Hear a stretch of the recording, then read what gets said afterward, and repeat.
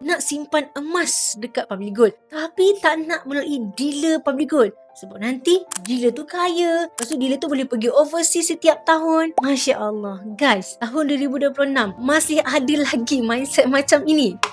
Kita fikir logik sikit lah. Let's say lah awak nak beli kereta Toyota. Takkanlah awak nak fly ke Jepun semata-mata nak beli kereta Toyota dekat HQ. Mestilah awak akan cari sales advisor untuk mudahkan awak dapatkan kereta idaman awak. Begitu jugalah dengan emas. Awak perlu cari dealer emas supaya dealer itu dapat bantu awak untuk buka akaun public gold dan guide awak step by step untuk simpan emas. Let's say lah tengah-tengah malam berlaku ada sedikit masalah. Awak nak simpan emas, tiba-tiba stuck dekat bank ke ataupun gram tak masuk dalam akaun gap ke. Siapa yang awak cari? Awak akan cari dealer awak juga untuk bantu selesaikan masalah. Itulah sebenarnya tugas dealer public gold. Tak ada maknanya kita orang ni nak ambil duit awak ataupun emas awak. Tak ada. Sikit pun tidak ada. Kita ni just nak mudahkan awak, bantu awak, tunjuk jalan cara untuk tambahkan simpanan awak. Jadi jangan fikir macam tu lagi. Terus je cari dealer yang awak berkenan dan mulakan simpanan emas sekarang juga. Boleh?